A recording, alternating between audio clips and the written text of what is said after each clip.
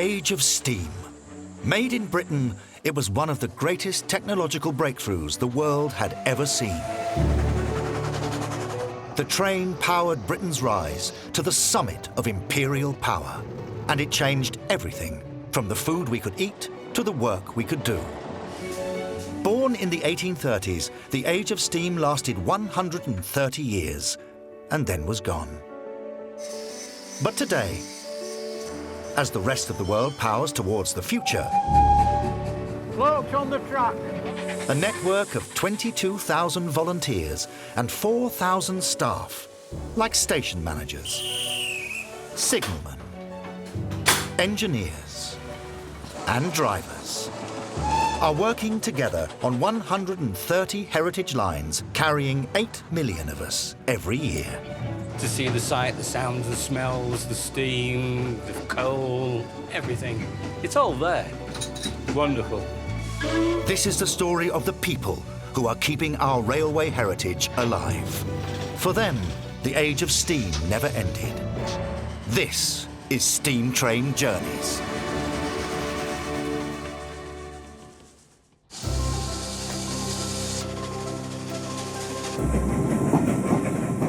The East Lancashire Railway runs for 12.5 miles, from Rawtenstall to Hayward. How are you? Fine, thanks. Looking forward to it. Yeah, good. The East Lancs carries over 100,000 passengers a year, and this morning, it's heaving. Platform 3 at Bury Bolton Street Station is filling fast. Busy. Just short of 500. So, Well done, not Steve. too bad. Almost 500 fitness fanatics have descended on the railway. But they're not here to take the train. They've paid £20 each to race it. Throughout the morning, well, I'll do 2 speeches, if you like, to let everybody know where the baggage drop is, because although there's big signs under there, you know what people are like. Possibly coming. Stuart Jones is in charge of the 5th annual Race the Train event. A tough 11-mile race from Bury to Rawtenstall, which pits man and woman against machine. It's a lot of athletes that will race against the steam train, and all the athletes travel north towards Rawtenstall, where they finish. And then steam train goes down to the next station, changes track, and then heads north, hunting the athletes down. Today, a record number of athletes are taking on the challenge. We've got just short of 500 runners, so it's the largest event we've had on a yearly basis. This isn't a leisurely stroll through Lancashire. To beat the train, the runners will take on some tough terrain. The train takes approximately an hour 40. This is a very hilly route, and that follows the River Irwell and obviously the train track all the way down to Rawtenstall. But Stuart has a problem. A couple of the stewards here have said the train goes at past, but I know it doesn't. The only person who can solve the situation is General Manager Tracy Parkinson. If only he could find her. Yeah, you've got to make sure. I can't find her, unless she's in the cafe. It might be in the cafe, I don't know. Try and find the manageress. She was... She's in a pink jacket. Yeah, I think so, yeah. Ah, seen her, yeah. Right. With 500 runners getting ready to race, Stuart's got to get his timing right. Hiya. I'm all right. Just a question. Go on, then. The train is definitely 5 to 11, isn't it? 10:55. 10:55. That's what I've got. Just checking. Yeah. Are you all right then? I'm good. Yeah. Are you yeah. running? No. I You would. go. I'll Yeah. just check with the station staff so we're all right. Yeah. Everything is starting to fall into place. Just making sure that we've got all the marshals out on the course, so all these guys don't go wrong. You try not to panic, but you just want to make sure everything's done right. You know what I mean? to move it in a bit, please. With the fire burning bright and the boiler up to pressure, train driver Gary Laxton is ready for the race. Now there's just the small issue of getting 500 runners to the starting line. Enjoy everything, keep a smiling face and keep safe. We will go on the sound of the whistle on the train. Bang on time, the 10:55 departure blows its whistle. Ready? And the race is on. Go! Come on, guys! Well in, guys, keep smiling, enjoy it! If they're going to beat the train, the runners have to cover the 11 miles to Rawtenstall in under an hour and 40 minutes. Keep it going, excellent.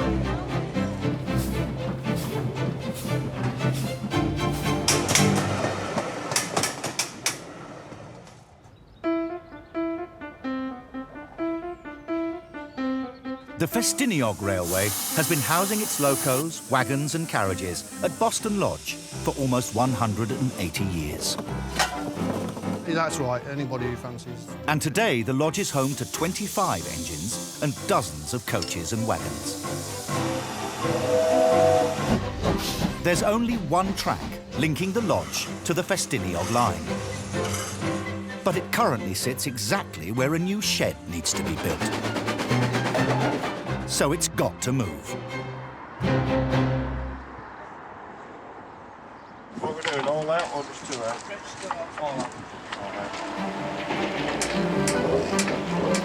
With today's trains busy transporting passengers, the permanent way team get to work. Everybody happy? No. That must not like you.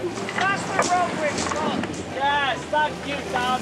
They have just 8 hours to rip out the existing points, then lay 41 new sleepers, 4 giant sections of rail, all held in place by 164 bolts. Until they've finished, nothing can get in or out of Boston Lodge. So there's no time to lose. Yeah, no, chain, lift it up.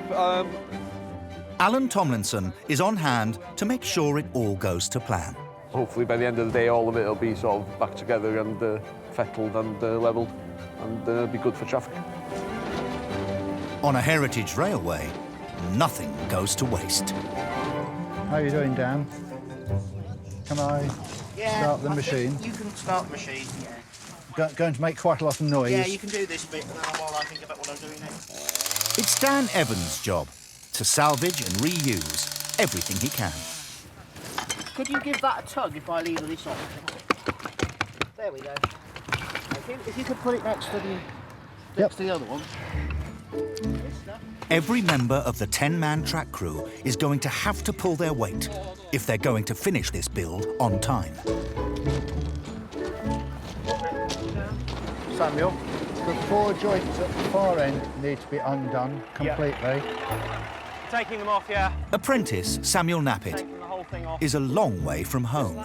I come originally from southeast London, but I've moved up here in the last 10 months to complete this apprenticeship training course.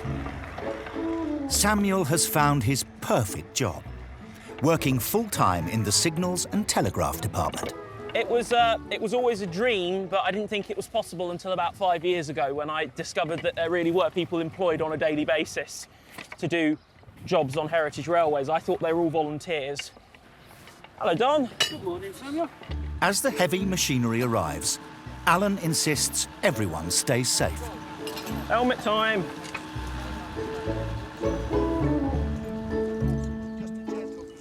Hopefully it should all go back the same way, a bit like a Meccano set. Like a giant kid's toy, the track slowly comes apart. We make sure that all the nuts and bolts for that fish plate go together, so it's easier to put them back together again later. Shall I hit it? Oh, gold. 1. Nice one. 2. 4 fish sets. And 1 bit of disconnected track. Excellent. As the old track's ripped out There's now no way in or out of Boston Lodge. Alan and his team have 7 hours left to rebuild the line before the locos return for the night. Well, maybe it'd be a good idea just to put the chains on it, just to loosen it up a bit. If they fail, there could be no trains on the Festiniog Railway tomorrow.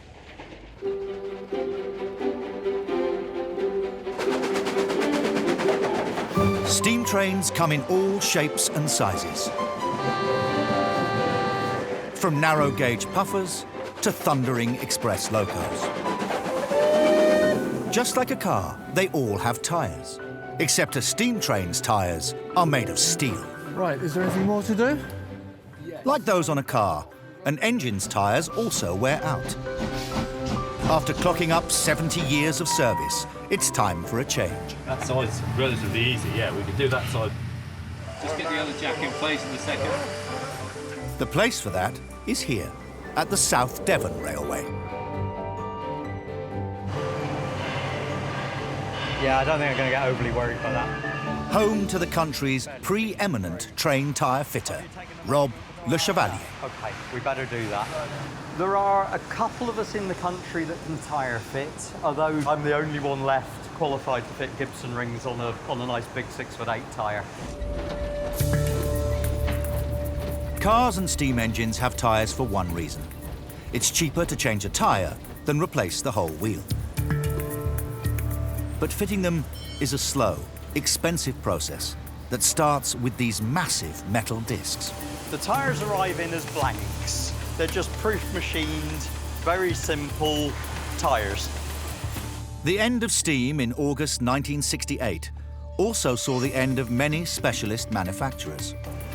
So unfortunately for Rob, one of the last places left still making tyres is halfway around the world.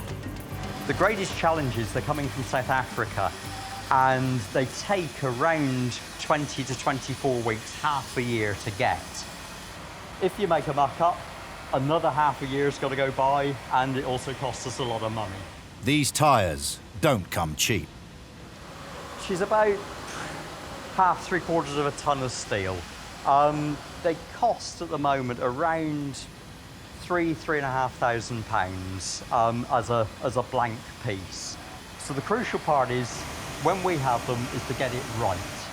Whatever you do, you don't want to machine it out incorrectly, and you don't want to rush in fitting it. Hopefully get this one right. Today, they're fitting new tyres to the main wheels of a 1929 Great Western Hall-class locomotive. It takes 8 hours to machine the centre of the tyre until it's exactly 1.2 millimetres smaller than the wheel it's going to fit. This is precision engineering from a bygone era. No surprise, engineers like Rob are a rare breed. And they're skimmed out, grooved, and made bespoke per wheel that it fits. Once it's ready, the tyre is craned across to the fitting area and lowered into the hearth. It's gas-powered.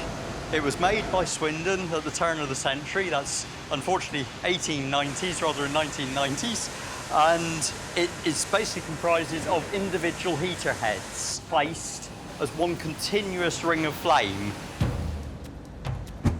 At room temperature, the tyre is too small to fit over the wheel, so they heat it.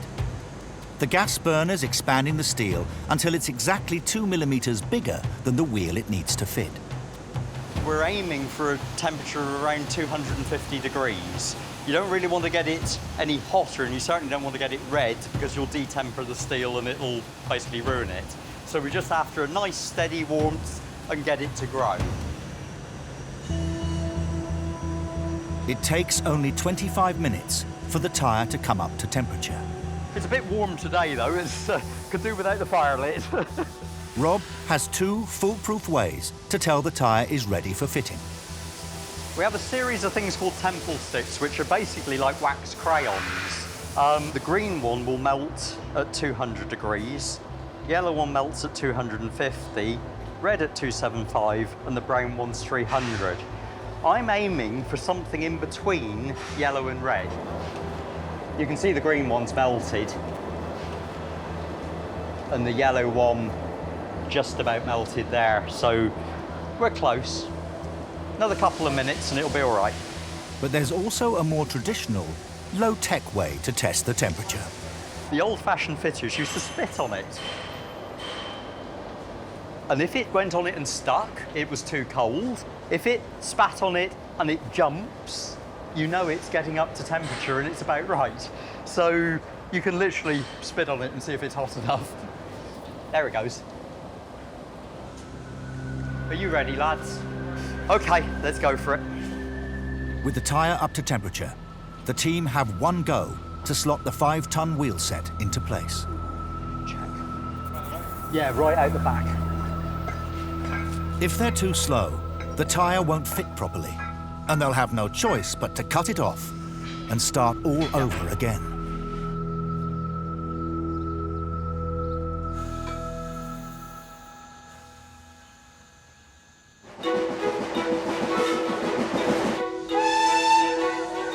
"270 miles away at the East Lancashire Railway, the annual Race the Train is underway. 500 runners are taking on an 11-mile course in the hope of beating the train into Rawtenstall. In a straight race, even an Olympian would lose to the train. But luckily for the competitors, it's a regular passenger service with 7 stations to stop at along the way. The first at Haywood, 4 miles down the line, is completely in the wrong direction. A quick turn round at Haywood and the loco starts playing catch-up. Our race starts now. The race is on. Now the train is back in the game. But at the very next station, they hit a big problem. Right, we'd have to come off here now. There's one of the steam locos that just developed a problem. The locomotive due to pull the Lancastrian lunch service has broken down. With customers forking out £50 each for the 3-course dinner, this is one of the railway's most important services. The diners expect a fully immersive steam train experience, and it takes at least 4 hours to fire up another steam loco. So to keep the paying guests happy, they've no choice but to replace the race loco with a more modern diesel. Bit of a relay race that we'll turn this into now. We'll be working another train. A diesel will be taking over to the run to Rawtenstall. While the train stands stranded in the station, the front runners have made it to Ramsbottom. Determined not to be beaten, the railway unleashes its secret weapon. A 1959 Class 24 diesel. Now we've come on at Bury just to finish the race off. But the train is already 10 minutes late. With almost 1,200 horsepower at his fingertips and a top speed of 75 miles an hour, it's down to driver Joe Chester to get them back in the game. There's definitely an element of pride at stake with this one. I wouldn't like to second guess, but with a bit of luck, it should be a very close race. Up at Rawtenstall, stewards getting ready for the first runners to arrive. In about 10 minutes, hopefully, maybe 15 minutes, the first runner will come through, so we never know who's going to win. As the race unfolds, the field is spreading. So we've left Ramsbottom. We've got one stop at Orwell Vale, and then after that, we're first stop Rawtenstall. Finally, the diesel is catching up. I can see some runners down there, actually, so definitely neck and neck at the minute. Leaving the next station, the train's going well. So we've left Orwell Vale now, that's the last station. So now it's first stop Rawtenstall. I think my competitive streak's coming out now.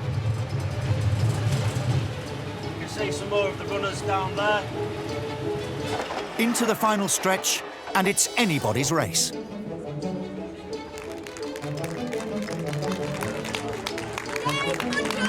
Finishing in just 1 hour and 6 minutes, race winner Craig Jones has blitzed the course and beaten the train. Went really well, so I'm over the moon to bag first place, especially in such a strong field today. As runners continue to cross the finishing line, the train pulls in to Rottenstall. Despite the delays, they're only 2 minutes late. So that's us arriving, final destination of Rottenstall.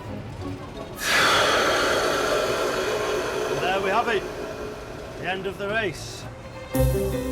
Only a few runners have beaten the train, but almost everyone makes it to the finish, though some might have had a bit of help along the way.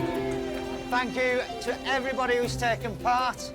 With the last runners in, it just remains for Stuart to thank all involved. We give you the weather and you give us a lot of smiles and enjoyment in return, so thank you very much for that. Well done. As the hundreds of athletes head home, barring the odd hiccup, it's been a runaway success on the East Lancashire Railway.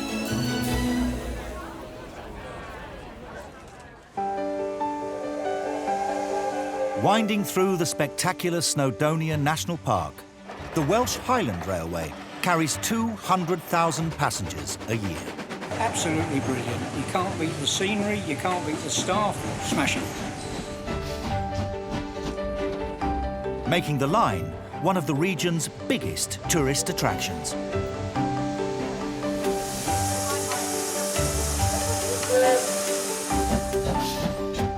Will Stratford is one of 1,000 dedicated volunteers working on the line. I started at Festiniog about 7 years ago. My mate had some work experience up at Boston Lodge Works for 2 weeks, and he said, did I want to come with? So I did, and then came down for 2 weeks, loved it, and I've just finished a full year here. Volunteers are vital to the railway, doing everything from clearing the tracks to running the trains,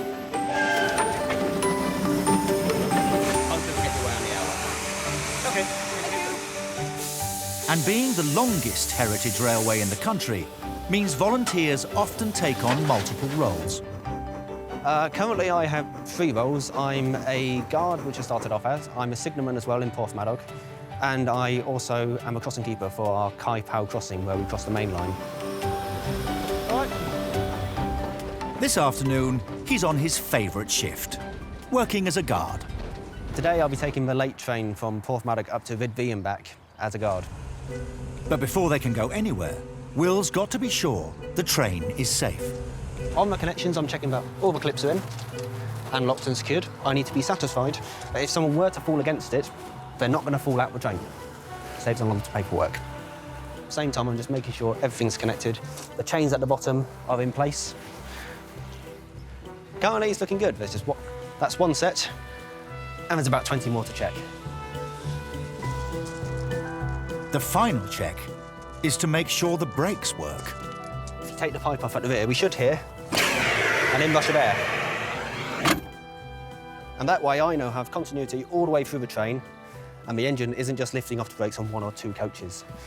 It's partly important for getting going, but also it's nice to know that all the brakes will work when you go down the steep hills.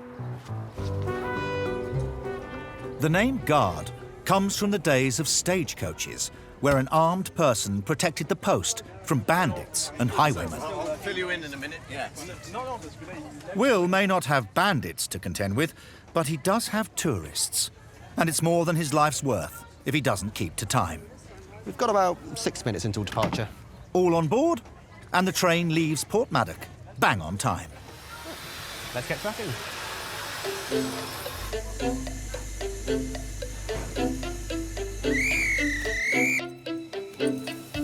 As they set off, Will is the train's eyes and ears, making sure everything is safe.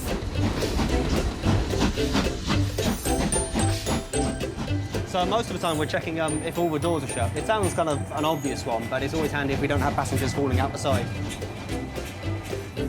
Lovely.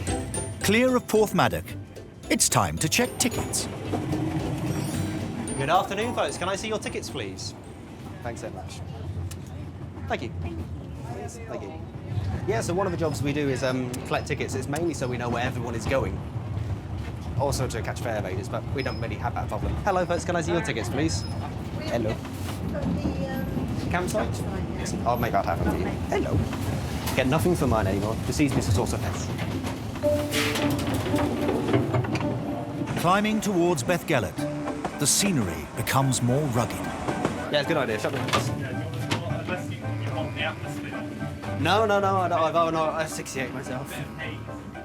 So, we're just about to go through Tunnel 4, as it's called. It's the longest tunnel we have on the railway. It's enough to swallow the train about 2 or 3 times, or what feels like an eternity at times.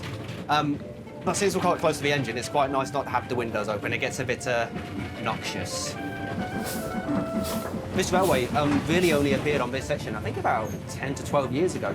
So you get lots of people coming on here who've remembered walking the line through these massive tunnels and now riding through it in the lovely luxury of our Pullman class.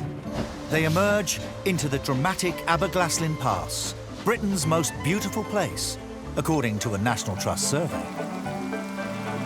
40 minutes in, and the train is approaching Bethgelert on time. Something Will is a bit twitchy about. I pulled an absolute blinder about a year ago. I reset my watch because it was the first day of the month. Unbeknownst to me, the clock I set it to was 2 minutes fast. So I did a full service coming down from Blinder to Portmaddock, thinking, oh, brilliant, there's no one at the platform. That's because I'd left them all behind. And I got a massive telling off when I got to control. And yeah, I never did that again. But he still takes pleasure from the small things. One of the best parts of the job, for my opinion, is that you can do this. Bethgelert!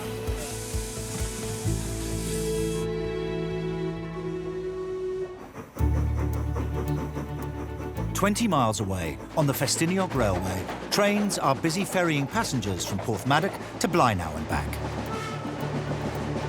Meanwhile, Alan Tomlinson's crew are racing against the clock to relay the line into Boston Lodge.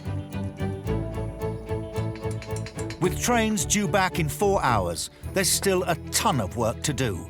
But nothing seems to faze Alan. Bringing a pair of rails in to close that gap.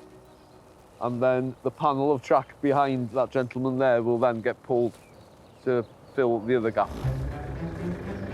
First up, Samuel and his colleagues prise an 18-metre panel of track into position. Right, here we go then. 1, 2, 3. Hold it at that. The tracks must be in exactly the right place, with half an inch gap between the rail sections. Room for the rails to expand and contract as the temperature changes. So if it's tight and it gets hot, it'll move out and bend. You're basically allowing the steel to breathe. After 5 grueling hours, they're finally getting somewhere. Hey! We've just fitted these 2 fish plates here, so that's the first bit of new track connected up to an already laid bit of track. So it shows some progress at last. Let's have a look. If only Dan's job could be so simple. He's still got to remove the old points levers. It's quite an impressive lump of steel, this, and a lump of concrete. There's a large lump of rock underneath it as well. But that's somebody else's problem. With everybody wanting the excavator, if he can't get them out quickly, the entire project could stop. I don't know what the concrete sticks to, that's the problem. We've not seen it for 15 years, at least. It's not showing any sign of wanting to move. All we've done is bent the padlock. Time to do some digging and get to the bottom of the problem.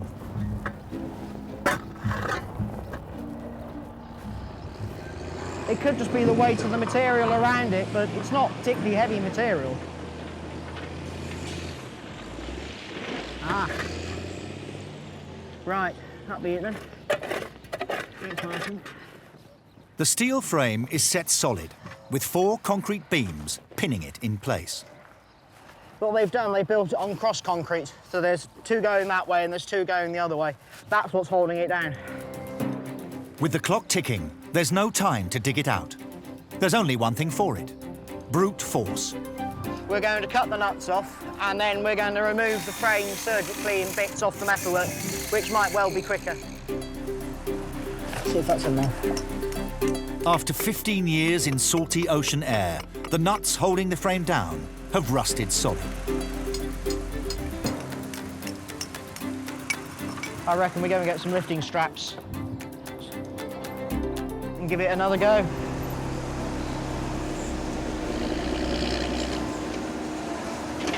What's the song say? Let's go round again.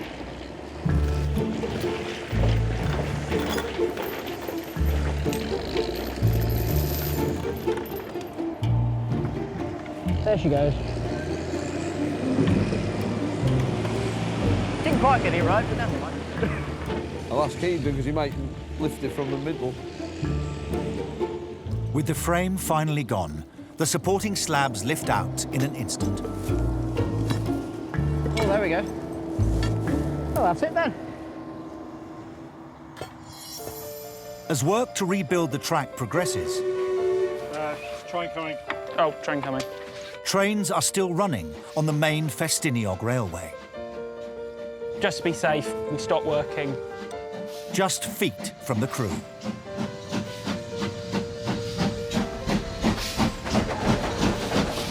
Make sure to give them a cheery wave.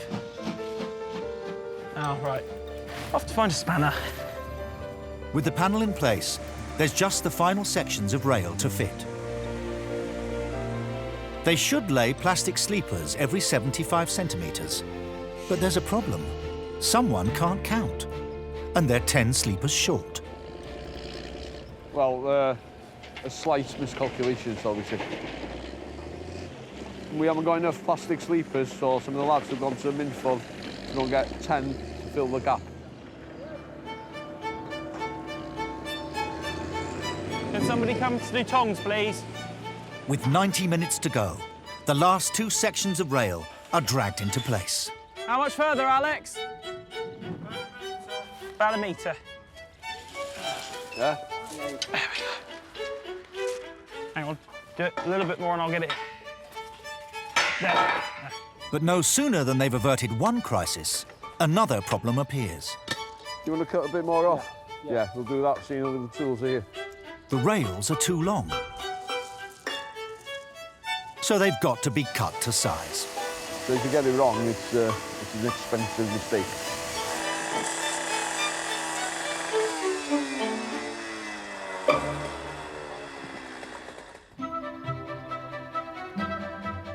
"250 miles away, in South Devon, Rob Le Chevalier is racing to fit a new £3,000 steel tyre to a 5-ton set of locomotive wheels. Yep, that's okay. Heated to 250 degrees centigrade, the tyre is ready. The heat's expanded the tyre, so it's now just 2 millimetres bigger than the wheel. But as soon as they turn off the gas, the tyre starts to shrink. So Rob and his team have no time to lose. The important part is to get it to line up properly first. So we've just got to wriggle it to and fro. Once it's in, it will very quickly cool. Coming down. He's got just a millimetre either side to slot the wheel into place, and it's getting smaller by the second. Any mistake now, and it'll be months before they can get a replacement from South Africa. Happy? Down. Cheers. But before the tyre cools too much, OK, pick her up. they've still got to fit the Gibson ring. My end first, if we can. Can you pull yours? A giant ring of steel that locks the tyre onto the wheel. Cheers. Oh, it's that one. It was invented in Swindon by carriage and wagon superintendent John Gibson, and still used today, over 150 years later. Keep working it. Any more for any more? Oh, that's close.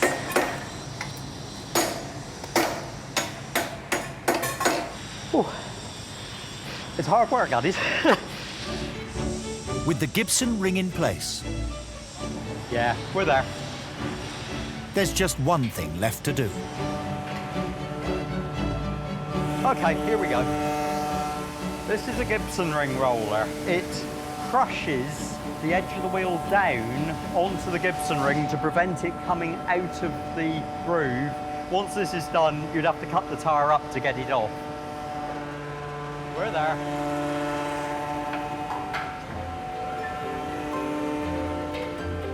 One tyre down. Now all they can do is wait. We've now got to just pop it down onto the heating hearth and just let it cool down overnight. You can only really fit one tyre a day of this size. As the first tyre cools and shrinks, locking itself permanently in position, the next one is already being turned, ready for fitting tomorrow. Slightly bit slower in Formula One, but, well, we get there. Once both tyres are fitted, the massive wheel set is machined into shape, then shipped back to their owners, ready to haul passengers on heritage lines across the country. For Rob Le Chevalier, it's the job that keeps on giving. I really enjoy the heavy engineering, so it's very satisfying. I've fitted probably several thousand tyres in my lifetime, and it's great fun. Up in North Wales, passengers on the Festiniog Railway are enjoying their final journeys of the day. This is great. This is how it used to be. This is how I just love it. It's just the smell of it and everything. It's brilliant. The permanent way crew are working flat out to relay 30 metres of line into Boston Lodge before the engines come back for the night. Yay! That's not bad. With the first train due back in an hour, they're still struggling to get the rails lined up. Oh, yeah, too far. Too far. There we go. It's looking all right. You couldn't, you know, you can never get it quite perfect. And thankfully, we've got ways of making it perfect. Finally, with the right number of sleepers in place, Are you happy with it there, Rod? the lever frame out and the track cut to length, it's safe to start bolting the rails down. Towards me.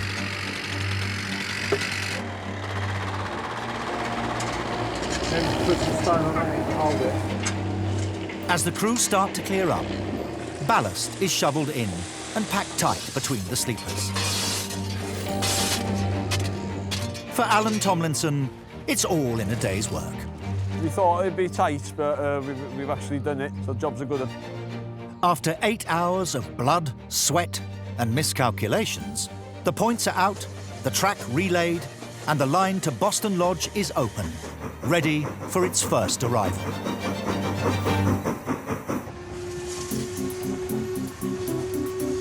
On the Welsh Highland Railway, guard Will Stratford Good afternoon, folks. Can I see your tickets, please? is working the line from Porthmadog to Riddee and back. Bethgelert! Arriving at Bethgelert, our guard leaps straight into action. Hello, guys. Where are you heading to? To, is it Thorn? Wango? Yes. Lovely choice. Will is a people person. Very handy when you have a full train to deal with. See you later. Thank you. Thank you, folks. Have a lovely day. Most of the time, they're lovely. They're here because they want to be. So it does make it a lot easier because everyone's already in a good mood to start with. Occasionally, you do get a few grumpy ones. There's occasions where people are sort of...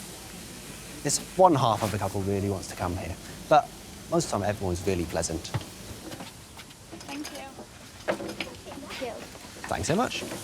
From Bethgelert, the line slowly climbs 470 feet through the forests, twisting and turning its way towards Riddee, where Will changes trains and heads back to Porthmadog. Each train will do 1.5 round trips, which is not ideal for the guard because you may end up at the wrong end.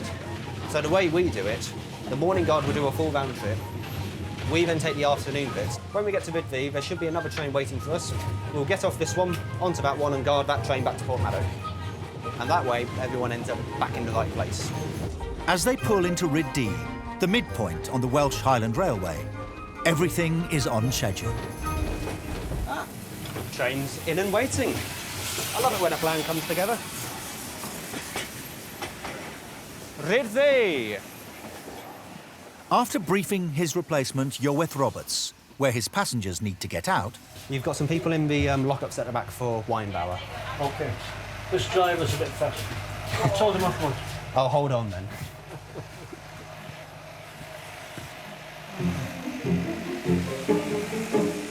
With 2 minutes to spare, he switched trains, back towards Porthmadog.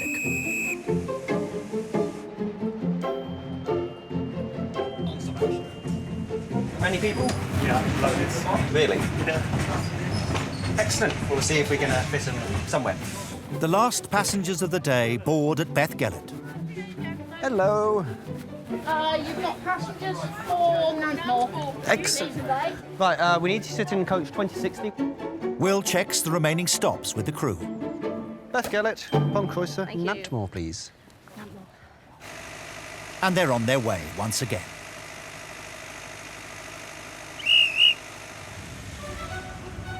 Jumping on and off at every stop, Will reveals the guards are prime targets for a little in-joke. Occasionally is a little bit of a sport of trying to leave the guard behind. And if you get left behind, you have to phone up control, tell them that you got left behind. Prepare for the massive telling off you're going to get, and they'll get another guard to the train at the next station, because the train cannot proceed with passengers without a guard. As the mountains flatten out to the coast, the train slowly makes its way back home. If you do the top, I'll do this end.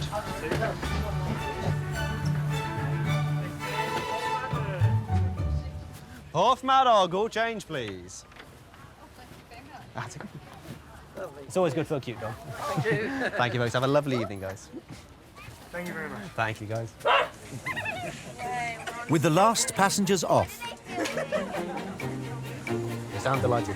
Will's just got to get the coaches ready for the same again tomorrow. This wheel works a handbrake in the coach. Normally, we've got the loco providing a vacuum, but when the loco comes off, the vacuum doesn't last forever. So this is just another handbrake. All we have to do now is put the set on charge overnight, lock the doors up, shut the windows, and head to the pub.